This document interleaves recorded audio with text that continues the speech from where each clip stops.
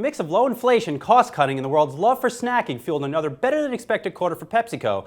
On Thursday, the beverage and snack giant smashed analyst earnings estimates for the third quarter and lifted its full year earnings outlook. Joining me to discuss the results is PepsiCo CFO Hugh Johnson. Thanks for taking the time, Hugh. Absolutely. Nice to talk to you, Brian. So I have to start off with the snacks business. We're getting awful results from the restaurant companies. We had Sonic come out yesterday or the other day and just report brutal results. Yet your snacks business continues to do very well. What is driving that? It really is a combination of two things. Number one, we are just innovating more and more successfully, not just in the U.S., but around the world, whether it's coming out with new flavors on our existing lines, things that we're doing with Lay's or with Doritos, or whether it's actually getting ourselves into newer and higher growth categories. One great example on that would be Sabra. The Sabra business for us has been around for a while. The business used to be primarily a fresh hummus business. We've now expanded that into guacamole, into fresh salsa, into Greek yogurt dips, into baba ganoush. And the reality of that is we're seeing that business grow at accelerated double-digit growth rates. That business is now almost $1 billion business for us, and it's really one of the factors driving our terrific success in snacks. And that's still a joint venture, right? I'm surprised. Do you have any interest in eventually making that fully part of the PepsiCo family? No, we don't have any plans to change that right now. The Straus Group has been a fantastic partner in that. They've added a ton of value, as we think we have as well.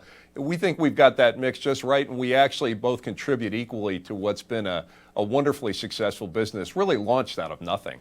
Yeah, I feels like yesterday. I want to touch upon emerging markets. What has the rise in oil prices meant to some of these markets? Russia, you talked about in the earnings call, but maybe you could take us through it. Yeah, it's obviously hard to trace through the impact of individual commodities and into the consumer spending environment. What I would say is we are seeing in our business anyway, strengthening across a number of emerging markets. China grew 11% for us, primarily driven by the food business. Mexico, with our terrific snack business, grew 11% as well. And Russia, which frankly is a bit of a turnaround now, grew about 7% in the quarter, really with broad-based strength across the business. It's the business that we probably have the broadest portfolio in, anything from healthy juices and dairy products right through to salty snacks. And the Russian consumer certainly loves the brands that we have, and we saw terrific strength. What about China, Hugh? It feels as though 3 months ago we were just talking about China was going down the wrong path, but we saw a bounce back, I believe, in the snacks business in China in the quarter. What's going on there?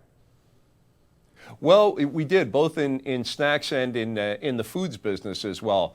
Snacks, we have a good broad array of salty snack products that Chinese consumers continue to warm to.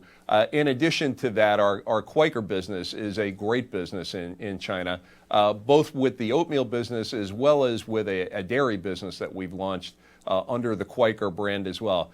One other factor that is a big driver in China right now is e-commerce. You're seeing a significant portion of our growth coming through e-commerce, whether it be through JD or through Alibaba. The Chinese consumer has clearly warmed to the e-commerce channel in a significant way, and it's a big, fast grower for us.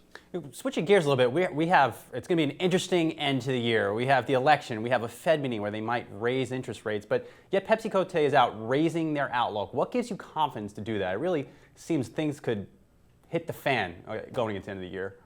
Yeah, certainly there's a lot of factors out there that create volatility in the world, both on the macroeconomic side as well as on the geopolitical side. The thing that I think gives us the most confidence is we've built a portfolio that is really quite sturdy to power through all of these challenges, whether it's through the innovation capability that we've built, the continual increases in advertising and marketing, or the productivity that we're driving to fund it. We really have the classic virtuous cycle of consumer products right now working inside of PepsiCo, and we're doing it in a way that's sustainable. We're not over-indexing on productivity. We're doing it aggressively, but we're doing it smartly. We're not investing in A&M that doesn't provide a return. We're investing in R&D because we're getting a terrific return out of that. So I think the core message here is these are sturdy brands and sturdy businesses, and when you innovate successfully against them, they do tend to power through a lot of the challenges that occur in the world. The last piece from my perspective is, we do have pretty good geographic balance. Nice size developing and emerging markets business, obviously large developed markets businesses, And that portfolio from a geographic perspective also tends to offset itself so that we can power through geographic challenges as well. And two short final ones for you. One, you're on the board and Twitter. I'm sure you can't talk much about it, but how much time are you spending there right now?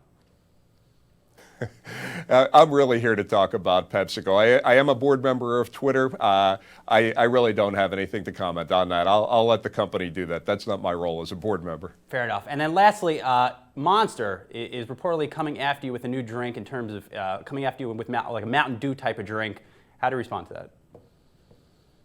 Yeah, we certainly take it seriously. There have been a number of attempts to get at the Mountain Dew franchise over the last 25 or 30 years.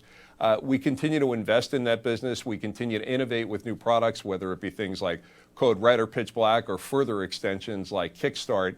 As long as we continue to run our play in terms of keeping that brand solid and pure and continuing to innovate, the Mountain Dew consumer is one of our most loyal consumers across the company. And I'm confident while we take these attempts seriously, we'll power through and do awfully well. I'm quite sure of that. Good luck this quarter, and thanks for taking the time as always. Appreciate it. Thank you, Brian.